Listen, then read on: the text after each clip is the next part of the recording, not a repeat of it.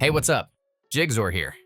Have you been planning to design your own anime characters, but aren't sure if you have the artistic skills to do it?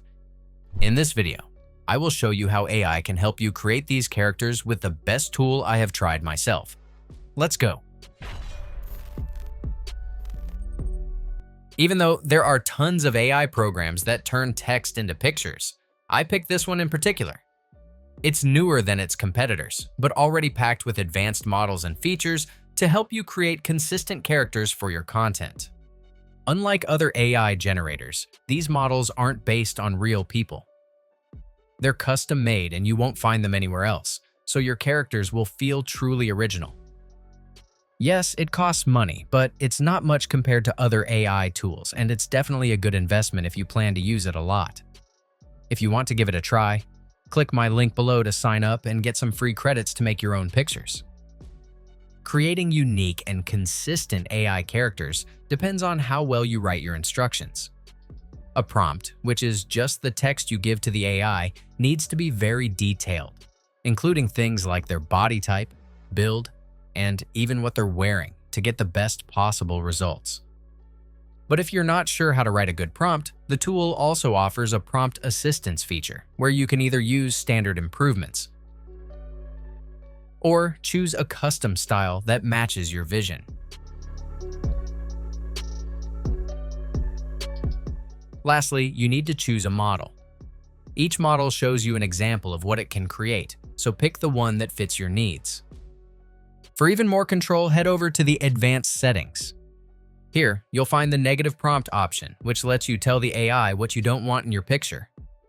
Try combining different negative prompts like extra limbs, distorted face, blurry, or low resolution to fine-tune your results.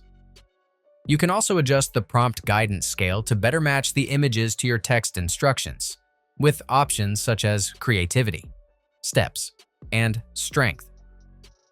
Then you can choose the shape and size of the image and how many versions you want. Just remember that requesting multiple versions will use more of your credits. Meanwhile, the sampler setting controls how the AI actually builds your images. Each one works slightly differently, and the best choice depends on what you're creating. Personally, I've had the best results using Euler A or DPM++2M, but feel free to experiment. If you want to create consistent characters or generate images based on a picture of yourself or something else, turn on Control Net and set the Control Net type to Super Clone. Next, turn off presets and upload your reference image. Just make sure the file is less than 1 megabyte. After uploading, simply click Generate and wait for the AI to create your images. Let's check how mine turned out. As you can see, the images are much improved, while still retaining enough of the original to keep the characters consistent.